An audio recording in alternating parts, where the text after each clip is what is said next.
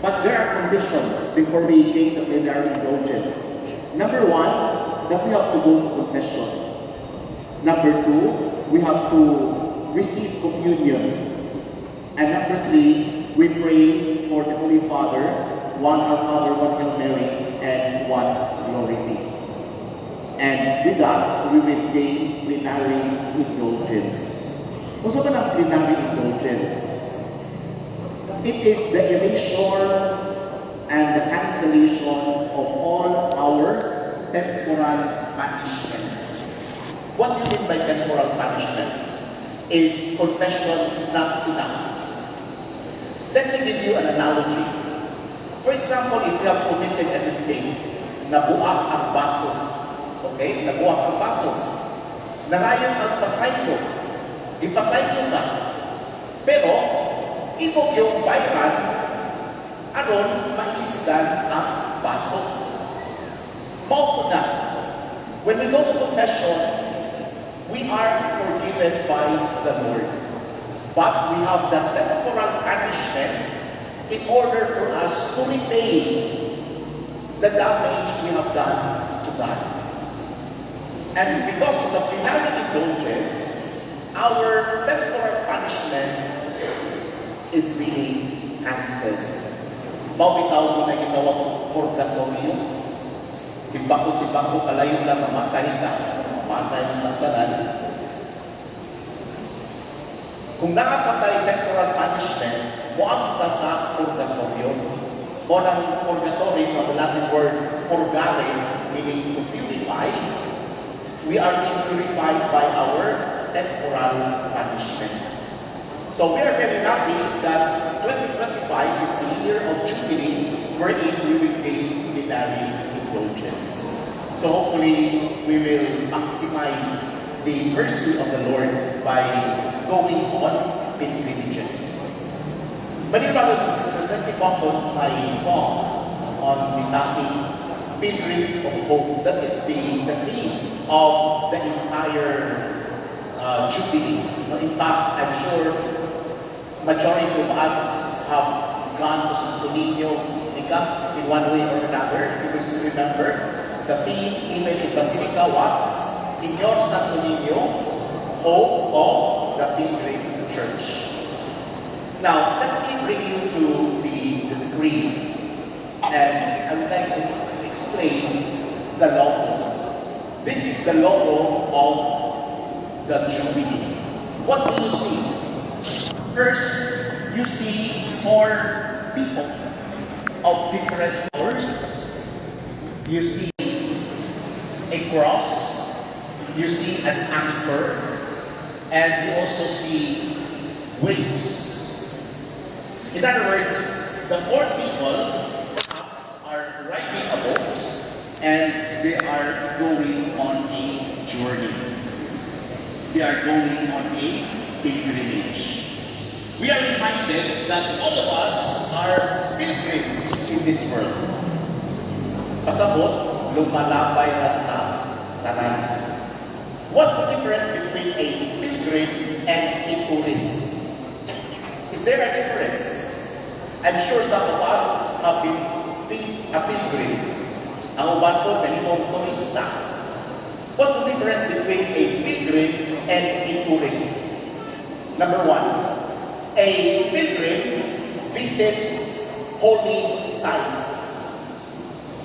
Ato ka o Europe, siguro mato ka o Fatima, mato ka Lourdes, or anili sa Cebu, mag-pilgrimage mo, o ato mo pa doon sa South, maagi mo o Pinganilla na Sipahan, maagi mo sa lubong ni Archbishop Kabongo, ulahos dito sa Lindugog, sa Simala, all the way sa Argao. That's being a pilgrim. On the other hand, you say tourists, you're not visiting holy sites, but you are visiting tourist attraction.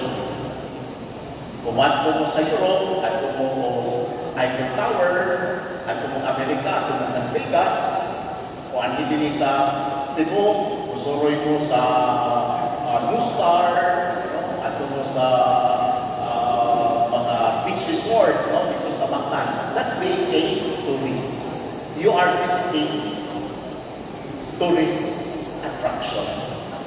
Number two, a pilgrim, the moment he goes out, he unloads his burden.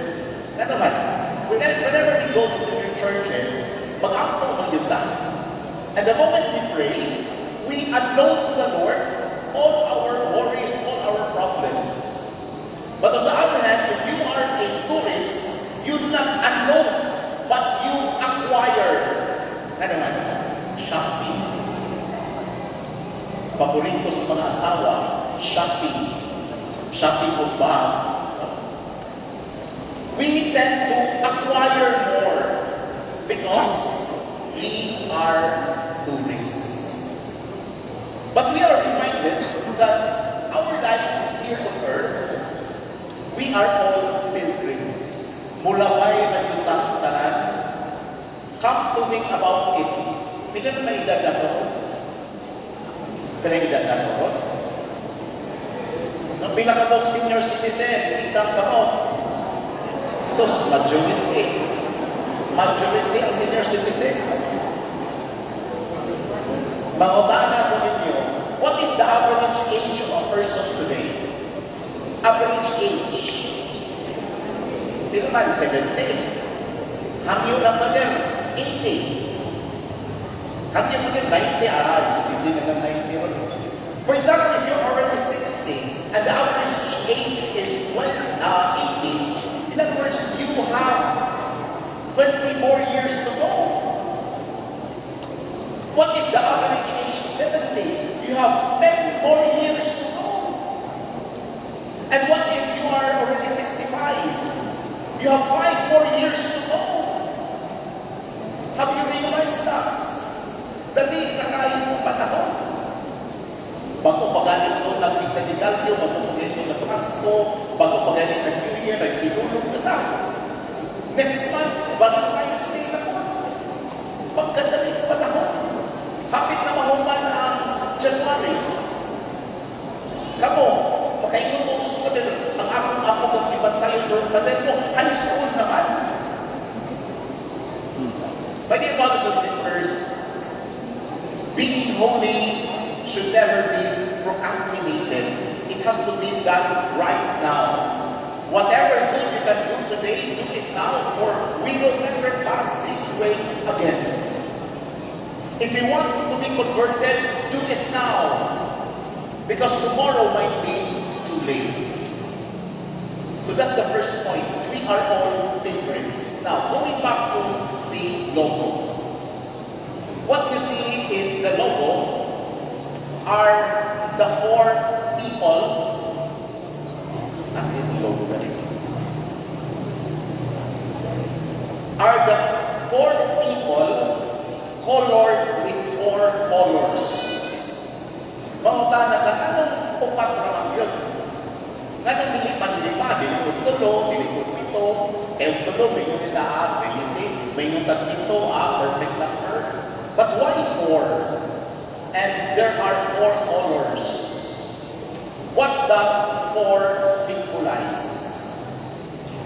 4 symbolizes the 4 corners of the world, meaning north, south, east, west. And when we talk about the 4 corners of the world, meaning the one who is on pilgrimage is the entire world. Dili lang ang focus for Christ, dili lang handmaids of the Lord, apan ang tibuok kalibutan are on a journey. And ang nasa atubangan, kung sa may ibuha, nagtupot o cross. Then below, you have the anchor. In every ship, there is an anchor. If there is no anchor, madagin na ang bangko na bilang nagpunay waves. But the question is, who is the anchor of our lives? Who is the foundation of our lives? And why do we need anchor? And that goes with the theme, pilgrims of hope. Ang atong pagtanan, maulang yun ang Ginoo. Amen? Question. Why do we need hope? Why do we need hope today? My dear brothers and sisters, was there a time in your life when you asked, Lord, where are you? Was there a time in your life when you asked, Lord, why do you allow these things to happen to me? Was there a time in your life when you say, Lord, I am already tired? Was there a time in your life when you say, Lord, I am already tired sa akong anak? Surrender na ko, Lord. Was there a time in your life when you say, Lord, surrender na ko, ikapoy na ko sa akong bana, sa akong asawa, isang focus for Christ. Was there a time in your life when you say, Lord, surrender na ko sa akong trabaho? Lord, surrender na ko sa akong pagka-lolo, pagka-lula. Kay kapoy na kay bantay sa akong apo, nagtuo kong mahumata, kay naninyo na, balik naman ko kong zero. I ask those questions, my dear brothers and sisters, because those are questions of looking for hope. Why do we need hope? Three things. Number one, we need hope because many of us are discouraged. We are discouraged because we are tired, because even how much we try, even how much we give our best, there are no fruits of our labor. Kung sa Binisaya pa, ma-discourage siya, kay bisang usaon na itong paningkamot, wala nang ihalpoy bunga ang atong paningkamot. Mau may makatapoy niya. Sa iyo na nagpunta naningkamot ka, ani mo imong bunga. Pero daghan nato, kapuyon. Kay sige kang paningkamot, walay kumpito ang imong paningkamot. Nakasuway na kaana, na aktibo kay Focus for Christ, mo ang video ka permi sa weekly household, piyong-piyong pa imong mata. Kay sige kang auto sa imong anak, nga unta, maunta nagbisyo, nga unta, magtinanong nag-ispila, imuhan na imong tanan, apan hangtod karon huwag yan mo na usap. Di ba na maka-discourage? Di man kapoy ang mga ginikanan, pero ang magkakapoy sa usa ka ginikanan, kung nagsigilang paningkamot, apan usa sa imong anak adik-adik. Nagsigilang paningkamot, leader ka sa Focus for Christ, pero imong anak nakabuntis. Mao na'y maka-discourage nato. Ang maka-discourage nato, nga usahay i-criticize pa and we become helpless. Sama sa kasidyante, ang maka-discourage sa kasidyante nga magsigig doon, hapon lang gihapon. What makes us discouraged is when we labor so hard, but there are no fruits of our labor. And we need hope. What makes us discouraged is when we are not enough. What makes us discouraged is when we give our best and yet we are not enough. Ganun bitaw, asawa na naglamot ka, being a good mother, a good wife, pero ang iyong bata, mangitaglain. Kana bitaw, ikaw dinikanan, naningkamot ka, pero ikaw yan ko'y mahupati. Kasumay ka na, maginaroon ka, pero di ka tinggal sa iyong anak. Kanang dili mo kao kung kuyog ni mo. Kanang di mo gawa sa kwarto kay kasukok ni mo. What makes us discouraged is when we are not enough. And when we are not enough, people will always have comments against us, even if we have not done anything. Bisa na ginaroon ka, nakakoy komentary ang tao. Mayon bitaw, kung mangabang ka, kung balay, tingnan ko ka nga, mangabang ang balay, ang madakuha ng kaniya sa apartment. Magtungkol ko kang balay, tingnan ko ka, dapat na nagputang, nag-ilon sa bangko. Kunya, kung panangitan, active ka sa social media, tingnan ko kang patagal. Kunya, hindi ko ka mag-post-post o picture sa Facebook, tingnan ko ka anti-social. Kunya, kung nakuot ko na yung salita, kung atong distrito sulti, tambong kay inom ko kag nakukakon. Kunya, kung liwang ko kayo ka, nagtuong kag sexy, nasuyak na sila, inom ko kag nakana siya sakit. O di ko ka mag-make up, inom ko ka Russian makeup. Mag-make up mo ka, inom ko ka nga, mura mo siya ingal sa pan. Asa naman ang taanin? People will always have comments against us. Sa pagkakawan ng pari, ang pari, kung adto sa mga babae, tingnon dahil ay si Father Chick Boy. Yan ko si Father sa lalaki, tingnon ko niya, magbayot sa ng pariya. Yan, kung si Father, karang kuan, taas sa buwani, tingnan ko taas sa buwani, Father, oy, di kami manimbana. O mumong buwani, tingnan ko, wakandang si Father. O si Father, suod kayo sa mga senior citizen, may nunod, kanas Father mo, ganahan ng mga DI.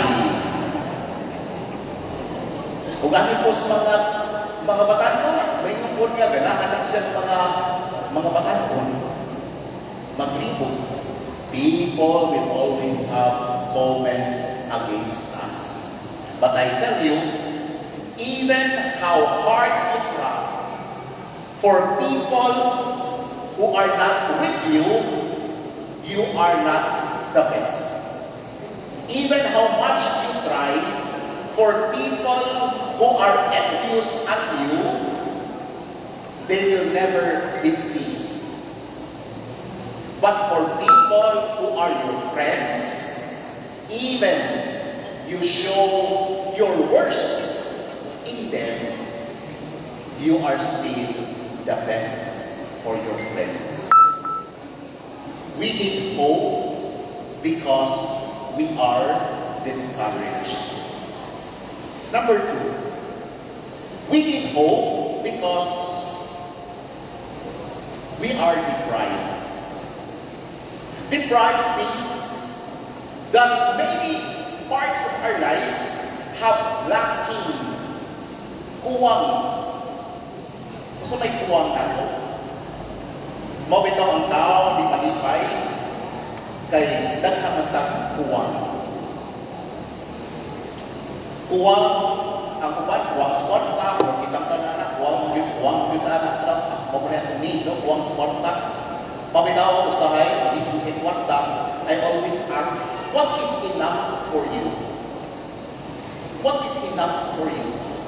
Kung makasave ka o 1 million, buunda na ng trabaho. Dili. Kung makasave ka ng 5 million, buunda ng trabaho. Dili. What is enough for you? We are deprived not only with money, but we are even deprived of many parts of our lives that involves emotion. We are deprived of attention. We are deprived of attention. Di nga bitaw kaning mga bata nga samahan. They look for attention. Di ba naman mo yung mga apo? Kaning mga apo na usahay, lugaran na may bisita, munuol, kuya may mama, lula, tanawa ko ni lula, kung sa mga buhaton, at ito luwas kaya ako bisita. Do you think that they are not affected? They are. Kaya nakita ko attention, then atong ipagawas. Do you think children are secure with their lives? They lack attention. Because many parents are good provider, many fathers are good provider, but they do not provide the love that the children need. And many of our children have enough money. Kaya nga kita nag-cellphone, kita nagsalina, pero nagkinahangulan o attention o ugma. I'm sure some of you nag-crisis ang inyong pamilya tungkol sa inyong mga anak. Mga bata po, were you the first one told na nabuntis ang inyong anak? Were you the first one told na nagkakalit ang inyong anak? Dili. Kaya ang una nilang sultian, ang ilang barkada, ang ginikanan, katapusan na. Are we able to establish a perfect bond with our children? Attention. Many people are deprived with attention. Amot ka, na-practice ka sa pamilya nga, pinag-abot bitaw nato, ikang trabaho, pangitawin pa ba nato ang akong mga anak? Uy, naabot ako, mo bless, mo kiss. Abot pa ka, mga bata, ikang trabaho, mangita pa kasi ng asawa, mo may pamiro niyong buhaton, or base mo dito na ng kwarto, o kusmatos, mato, or tanaw TV. Hindi makalit lang eh, naabot na dahil ka. How much attention do we give between cell phone and the time that we share with our loved ones? Perhaps many are deprived. But the best way to be happy is to look what we have. And the best way to be sad is to look what we do not have. Ako Muslim. The best way to be happy is to look what we have. And the best way to be sad is to look what we do not have. My dear brothers and sisters, many people want to be where we are. Di malinaw. As much as we are tired, as much as we are hopeless, as much as we tend to compare our lives to the other families, but you are not aware that many people want to be where we are. Siguro, daoton ka sa imong father-in-law, siguro, daoton ka sa imong father-in-law, son-in-law, daughter-in-law, but maybe they want to be where we are. Number 3, we need hope because we are desperate. Desperate means that we are at the end of the road. Desperate means that we do not have any more solutions to our lives. And one reason why people are desperate is stress. Stress. Nga nang desperate ka? Tungkol sa stress. O sa may stress na to, What are our stresses? For students, their stress is the studies, the project. Alang sa mga businessman, ang stress kay gamay ray di balik. Alang sa mga asawa, ang stress kung sa iyo tuon para pamahaw, paniyon ito kanihapon. Di ba, maka-stress ka na, labi na ito balik-balik na itong sunan. Stress. Alang sa mga negosyante, ang stress, ang utang, mawag-pay-pay. But when you talk about stress, it is not a question of what gives us stress, but the question is who gives us stress. Stress gani, dili ra what, unsa. Stress gani, who, kinsa, mas bukat na. Kinsa may naghatag na ng stress? Who gives us stress? Mautara ko ninyo. Mga asawa, mga sagala, kanan direct, no? Kinsa asawa nga maingon pa rin, ang akong bana pa rin, huwag yun muhatag na ng stress.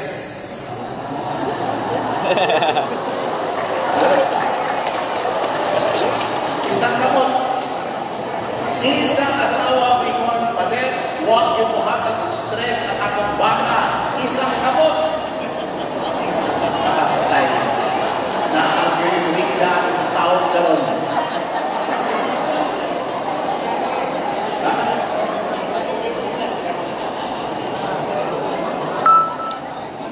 Baliho na itong panguntan ng mga bana. Insang bana dinhi nga maingon pader. Huwag yung buhatag o stress ang akong asawa. Isa yung kamot, isa!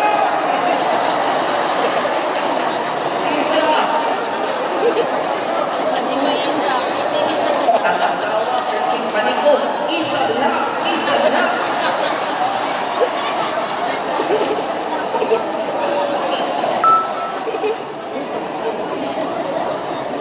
Mga lolo o lula, isa ang lolo o lula ini ng ingon pareho. Huwag yun o hatag o stress ang akong mga apo. Tinoon, nagalaw kalipay ang mga apo, pero maghatag ko ng stress na ito. Tinoon, ang atong mga apo, maoy makapapastong na ako, pero maghatag ko ng stress. My dear brothers and sisters, many of us have stresses. And when we are stressed, we offer to the Lord. Ang kalisod manggol isip mama, papa, banat asawa, you have to think about this. That sometimes stresses are made by ourselves. Kaya dili man ta ma-adjust. Labi na kamo nga mga couples dealing with children and grandchildren. Kung gagmay pagani ang inyong anak, no? Kung gagmay pagani ang inyong anak, hands-on yun mo. Hands-on yun. Meaning, ikay magbuot kung sa ilang sulubon. Kung ikaw, bata pa yung anak, ikaw yung magbuot kung sa iyang mga kanila. Kung mga bata pa yung anak, ikay magbuot kanus na magawas sa balay. Ikay magbuot kung kanus na musimpa. In other words, ikay magbuot, ikaw may pamanak.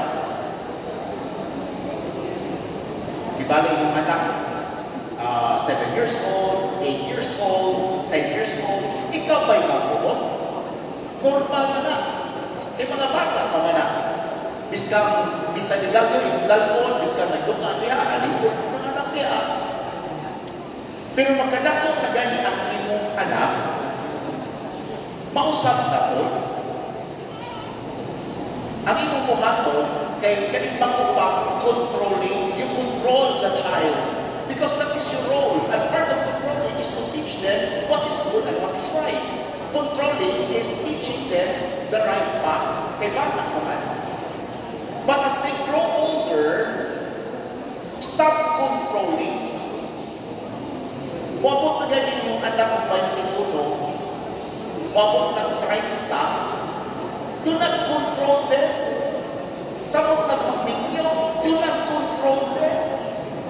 Mauma na ang tugaman, mag-away sa doktor dito sa inyo, kay ang lula, mo'y magbuot.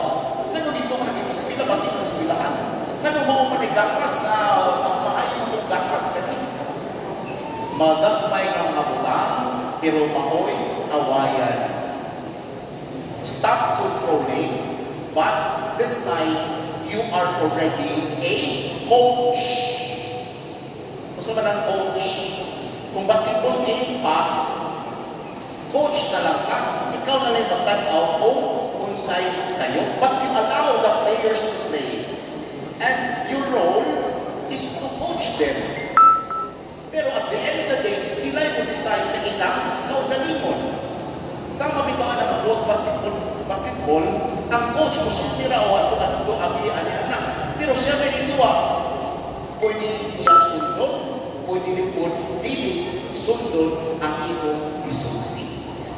So you have to level up from being controlling, you become a coach. But as they grow older, kung ang inyong anak walita na binagdaanan ng pamilya, stop being a coach. But this time, you are one of the counselors.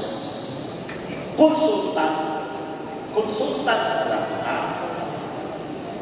Kanami daw, muanto mo, nabinag, muanto Pasko, muanto reunion, kung may problema, kung bisita mo, kung ano naman ang tuyong laing lugar, they have their own families. So this time, consultant lang ka. Pag inaniman pa, kung sa mga pamilya pa nag-away ng isang asawa, mag-ablik kong negosyo, kung sa may kasulti ni mo pa, consultant. Because many parents remain to be controller, even they need to be coach, or even they need to be consultant. And conflict starts with that. And stress starts with that.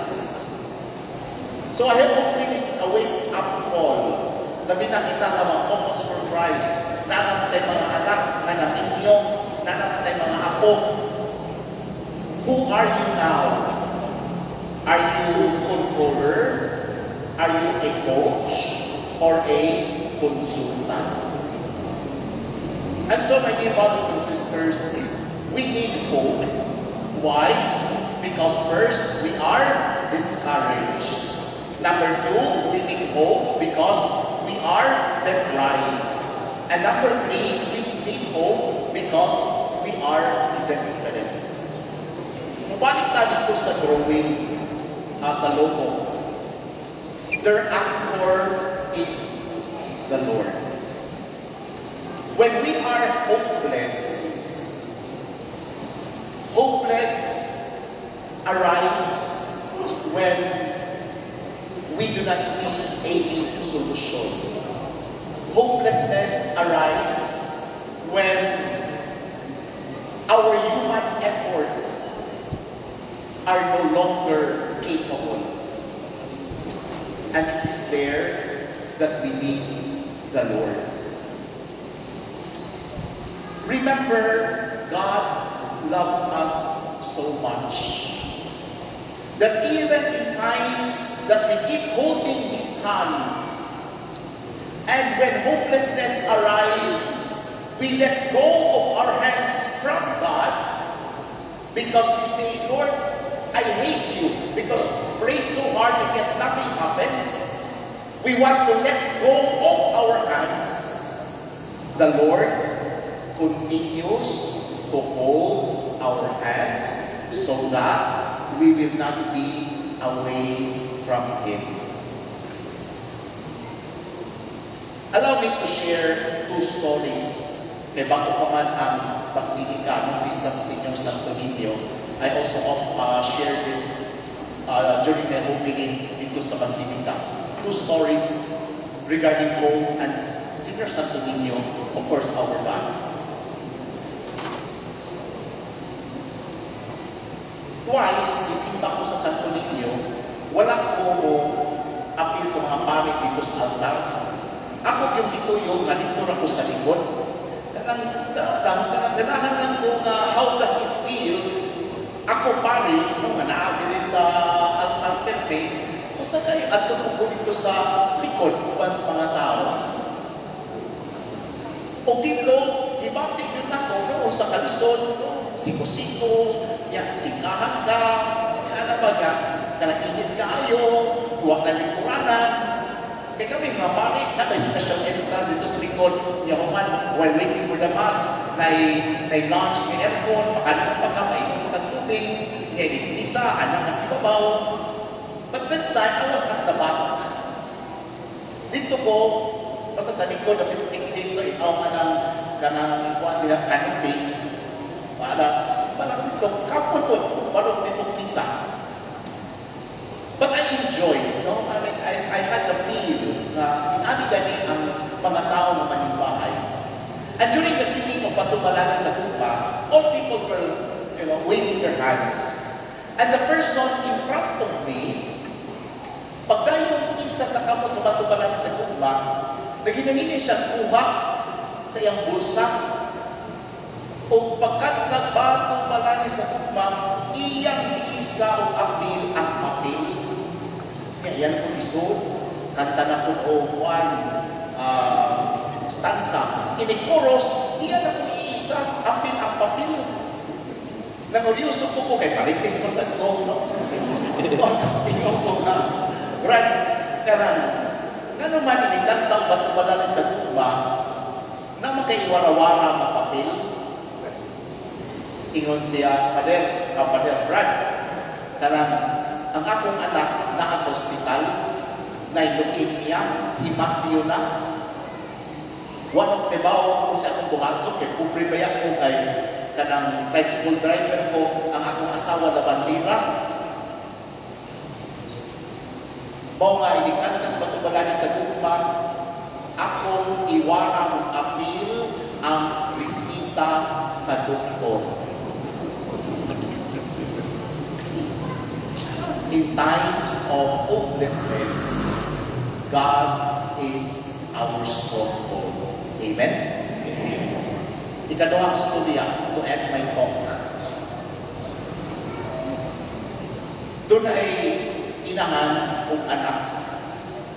Ang inahan na ospital, kunya ang bata na 12 years old, kuyog sa inahan sa ospital, tingnan sa doktor, ma'am, pwede na mong uli kay hopeless na imong kaso, cancer man ka, hindi puto na imong breast nyo, kay kwarta, wala po kay maduulan ng mga wala na, hopeless na kaani, milagro na lang yung makaayo nimo. Ang bata,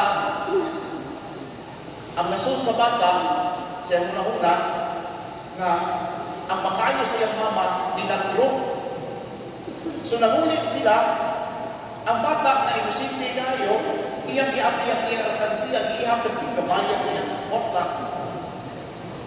Bigawas, nagdalit-dalit kong labang, niadto sa pharmacy. O dito sa pharmacy, iyang giinan ang tindira, ma'am, ang akong mama bagahimat yun na cancer. Mupalit ko tako o tambal na milagro. Kailangan ang pharmacist ipahiyo, bingon siya. At dito sa Basilica, pangita si Senior Santo Niño, at pangayon niya o milagro. Kung tuod man ang bata ilabang, niya sa Santo Niño, kita mo sa simahin, niluhod. Kung sa tubangan ni Senior Santo Niño, iyang giapli ang iyang kamot.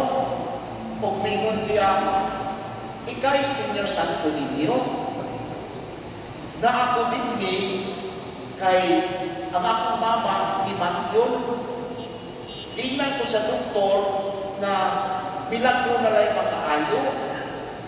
Gamay kami akong kwarta, pero pwede mo palit kung milagro nimo. Wala ko tingog ang Senyor Santo Niño.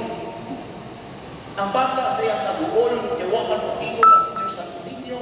Nihila, tabangin na ako, tagain kong milagro. Ang Santo Niño, okay ako, nagpahinom lang. Smiling ka na Santo Niño. Kung ang bata ulit, pag-ulit sa ila, iya nakita ng iyang mama, nag-studya sa iyang mga siningan, kung nahibong siya man sa mga, kung naanin na tulong naman, doon ay bata, ani-anin, di Panginoon. Kung ang maong anak, ningon siya ba, kuyog ka ba, at ka sa basilika, kaya mo kung kinsay niya ayaw mo. Pag-abot nila sa basilika, layong magani ang tinahan. Ningon siya, Dong, maunay ibisita na ko. Maunay nag-ayaw na ko. Itagaan ko niya o milagro. In times that we need hope in our lives, the Lord, the Senior Santo Niño, is the hope of our hopelessness. Amen? Amen. May gabi na doon.